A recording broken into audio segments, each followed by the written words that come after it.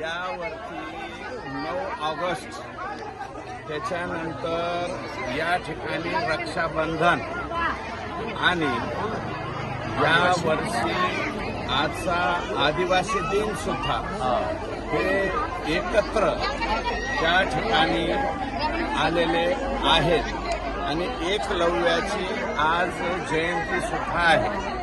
हा त्रिवेणी संगम या ठिकाणी या वर्षी झालेला आहे आणि प्रतिवर्षी माझ्या आजोबापासून वडिलांपासून ही प्रथा आणि परंपरा चालत आलेली आहे।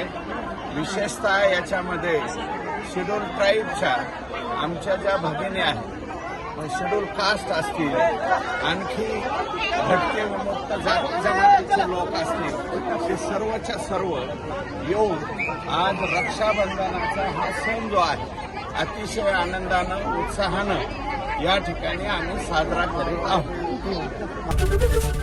एबीपी माझा, उघडा डोळे बघा नीट।